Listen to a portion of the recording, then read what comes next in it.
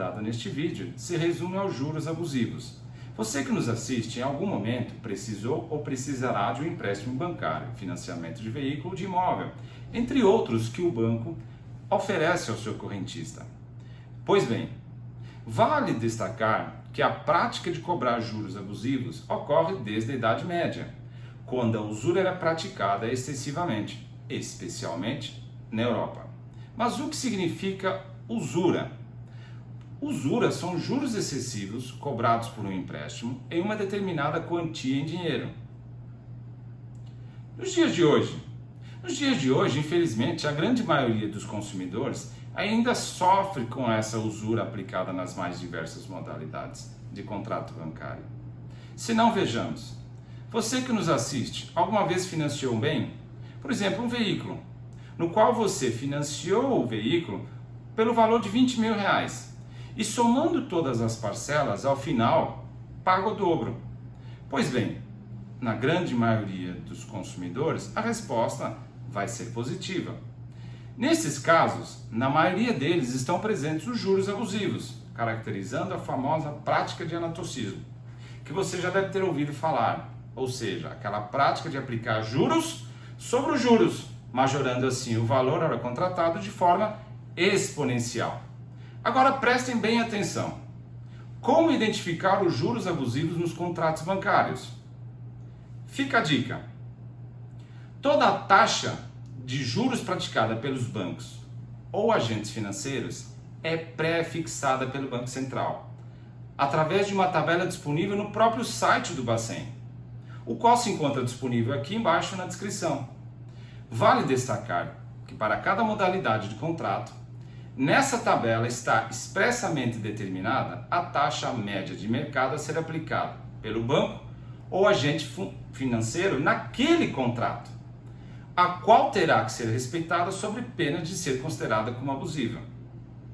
Por exemplo, se a taxa média de juros de um contrato de financiamento de imóvel for de 2% ao mês e 27% ao ano, conforme previsão do Banco Central, e esse mesmo banco aplica taxas de juros de 3,5% ao mês e 45% ao ano, estará aplicando juros abusivos. Nesses casos, o que se espera é que o consumidor analise previamente seu contrato, em especial as taxas de juros aplicadas, equiparando umas com as outras, equiparando as taxas do contrato com a taxa média de mercado, para que não entre num poço sem fundo. O que na grande maioria das vezes não ocorre. E não dá nem para culpar o consumidor, que é a parte mais fraca e vulnerável da relação contratual, que muitas vezes, desesperadamente, necessita da liberação daquele empréstimo, daquele financiamento, fazendo uma dívida muitas vezes para pagar outra, e sequer lê o contrato antes de assinar. E por outro lado, o consumidor, muitas das vezes, sequer tem o conhecimento acerca da existência de eventual tabela de taxa média de mercado que regula os juros no sistema financeiro nacional, até mesmo por conta da inexistência e a fraca divulgação do próprio Banco Central ao consumidor. O pior é que, na maioria das vezes, a aplicação dos juros abusivos gera ao consumidor e à economia uma incapacidade de gerar renda e, consequentemente, aumenta de forma exponencial a dívida do consumidor, do fornecedor e por aí vai, desencadeando um ciclo desastroso.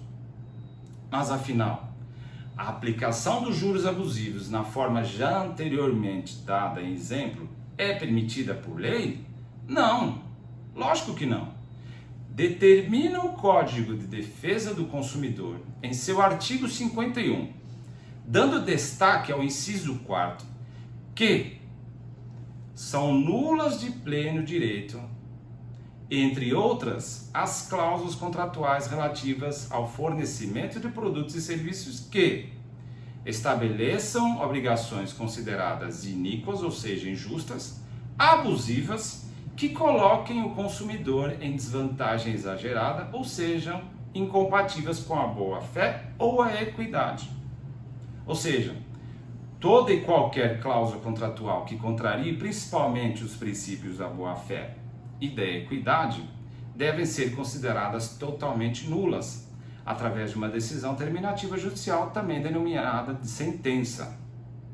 Agora pare, analisemos tudo o que foi dito até aqui. Antes de entrar no mérito de uma ação judicial, a qual falaremos no próximo vídeo, é necessário esclarecer como e o porquê que o valor inicialmente contratado, ao final do pagamento das parcelas, chega em valores iguais ou superiores ao dobro. Pois bem, tudo se resume à fórmula de cálculo aplicada na correção dos valores envolvidos nas transações financeiras, isto é, a correção que se faz ao emprestar ou aplicar uma determinada quantia por um tempo determinado. Vocês já devem ter ouvido falar de juros compostos, também conhecido por juros sobre juros. No entanto, acredito que poucos ouviram falar sobre juros simples. Infelizmente, a prática de mercado nos remete mais ao conhecimento da aplicação dos juros compostos na correção dos valores financiados, ao invés dos juros simples. Mas antes de mais nada, para que você entenda, vamos diferenciar um do outro. No juros simples, apurada pelo método Gauss, a correção aplicada em todo o período leva em consideração apenas o valor inicial envolvido. Já nos juros compostos, aplicada pela tabela Price, a correção é feita em cima de valores já corrigidos. Por isso, os juros compostos, também chamados de juros sobre os juros ou capitalização dos juros, são corrigidos sobre um valor que já anteriormente fora corrigido. Sendo assim, para períodos maiores de aplicação ou empréstimo e correção por juros compostos, fará com que o valor final a ser recebido ou pago seja bem maior que o valor inicialmente aplicado ou emprestado, em proporções abusivas. Inclusive, no nosso escritório, só para conhecimento, ajuizamos uma ação de revisional de contrato bancário, onde o banco, que cobrava o valor de R$410 mil, chegou ao final com um acordo de apenas R$92 mil. Vejam o tamanho da diferença entre o valor cobrado e o valor ao final pago. Será que neste caso existe abusividade nos juros e na fórmula de cálculo do valor das parcelas cobradas pelo banco? No exemplo da lousa, demonstrarei como a diferença entre a aplicação dos juros simples e juros compostos aumenta o valor da parcela. Vejamos. Vejam que para o mesmo empréstimo de R$1.000, com taxa de juros de 5% ao mês, dividido em 3 parcelas, pelos juros simples, nós temos que a aplicação e a base de cálculo para a apuração do valor dos juros se remete ao valor inicial original do empréstimo. Vejam, para cada parcela, a somatória dos juros incide somente pelos R$1.000. E a cada mês que passa, nós temos a somatória do total de R$150 a título de juros aplicado pelos juros simples. Diferente dos juros compostos aplicados aqui embaixo, que ao mesmo empréstimo, à mesma taxa de juros e à mesma quantidade de parcelas, nós temos que já existe a aplicação e a correção dos juros sobre juros, me aplicando ao final um valor diferenciado de 162,75. Por quê? Porque a base de cálculo, vejam que ela varia. A cada mês, ela soma o valor dos juros do mês anterior e se aplica os 5% em cima do novo valor já corrigido. Por isso que existe essa diferença entre um sistema de amortização e de aplicação dos juros e o outro sistema. Neste exemplo, quanto aos juros simples, o cálculo da taxa de juros sempre será de 5% ao mês, do valor originário, ou seja, dos R$1.000. Enquanto que nos juros compostos, também conhecido de juros sobre juros, o valor dos juros aplicados a partir da segunda parcela é calculado pela atualização da parcela anterior, ou seja, os juros pagos no mês anterior são somados, conforme aqui apresento, são somados ao valor originário, aumentando o valor para a aplicação de juros do mês posterior. Dessa forma, chegamos à conclusão da abusividade nos juros e forma de cálculo que originam o valor das parcelas. Mas prestem atenção, não compete nem a mim, que sou advogado, nem é você que nos assiste concluir que determinado contrato bancário tem ou não tem juros abusivos. Cabe a um perito especializado essa análise, que após constatar abusividade no contrato, através do seu laudo técnico, poderá permitir que seja proposta uma ação de revisão daquele mesmo contrato.